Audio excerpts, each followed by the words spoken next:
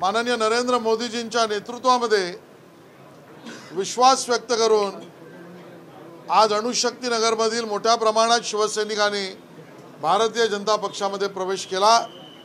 त्यांना उचित स्थान, सन्मान आणि पद भारतीय जनता पक्षामध्ये मिळेल याबद्दलची शाश्वती आम्ही त्यांना दिलेली आहे। काँग्रेसचा जाहीरनामा नुकताच जाहीर झालेला आहे। यामध्ये 450 रुपयांना गॅस सिलेंडर मिळणार आहे, त्याचप्रमाणे 30 लाख नोकरी आम्ही देऊ असं देखील त्यांनी म्हटलेलं आहे।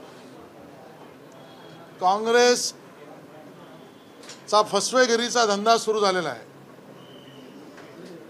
काँग्रेसचा जाहीरनाम्यातल्या लबाड्या आता लोकांसमोर स्पष्ट होऊ लागल्या। त्याचं कारण 450 रुपयात गॅस सिलेंडर देऊ म्हणणाऱ्या काँग्रेसने ज्या ठिकाणी ज्या राज्यांमध्ये त्यांचं सरकार आहे त्या राज्यामध्ये गॅस सिलेंडरचा एकही रुपया कमी केलेला नाही।